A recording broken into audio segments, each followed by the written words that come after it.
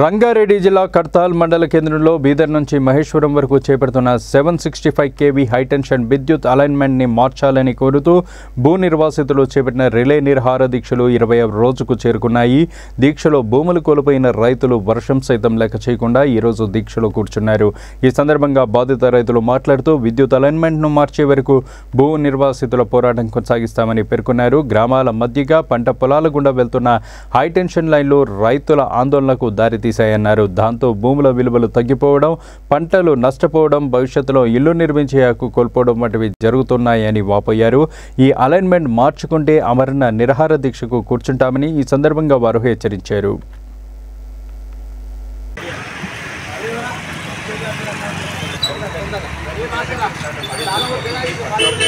జై జవాన్ వద్దురా నాయనా వద్దురా నాయనా కాపాడుకుందాం కాపాడుకుందాం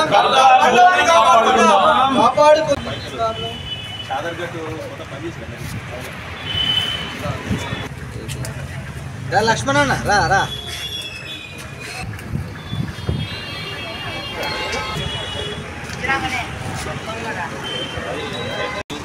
రైతే రాజు, రైతే దేశానికి వెన్నుముక అంటారు. కానీ మేము ఒక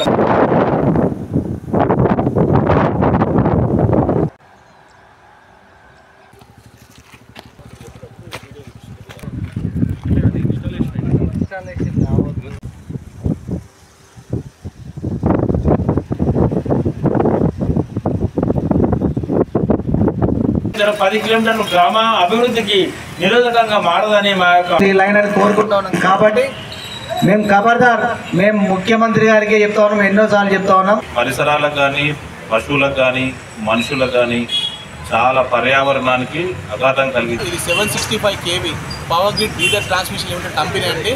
కాపాడుకుందాం కాపాడుకుందాం కాపాడుకుందాం.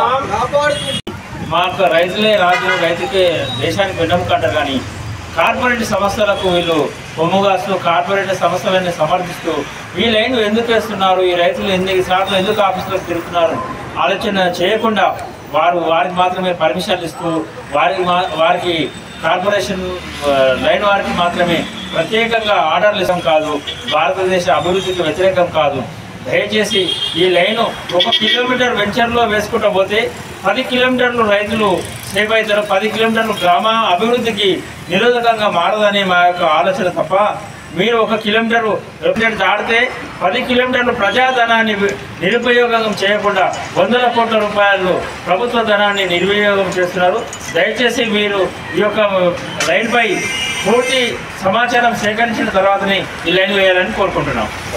మేము తిరగని నాయకుడు లేడు, తొడకని ఆఫీసు గడపలేదు, గడప గడప తిరిగి ఏదైతే ఈ లైన్ ఉందో ఇది తప్పుడు లైన్, తప్పుడు అలైన్మెంట్ ఉంది.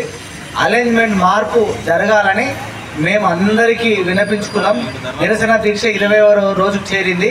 మేము ఒకటే చెప్తా ఉన్నాం, స్థానిక ఎమ్మెల్యే 170 ఎకరాల పొలం పోతా ఉంది, 600 కోట్ల నష్టం జరుగుతూ ఉంది ఈ కర్తాల్ మండల్ గ్రామ రైతులకు. కాబట్టి ఇదివరకు మా యొక్క తోటి రైతులు చెప్పినట్టుగా ఏదైతే మొదటి లైన్ ఉందో అదే చెప్తా ఉన్నాం, ఎన్నోసార్లు చెప్తా ఉన్నాం. మాకు ఒక సువర్ణ అవకాశం వచ్చింది దక్షిణ తెలంగాణకి. మా ప్రయోజనాలు కాపాడాల్సిన పూర్తి బాధ్యత ఎమ్మెల్యే, ఎంపీ, ముఖ్యమంత్రి మీద ఉందని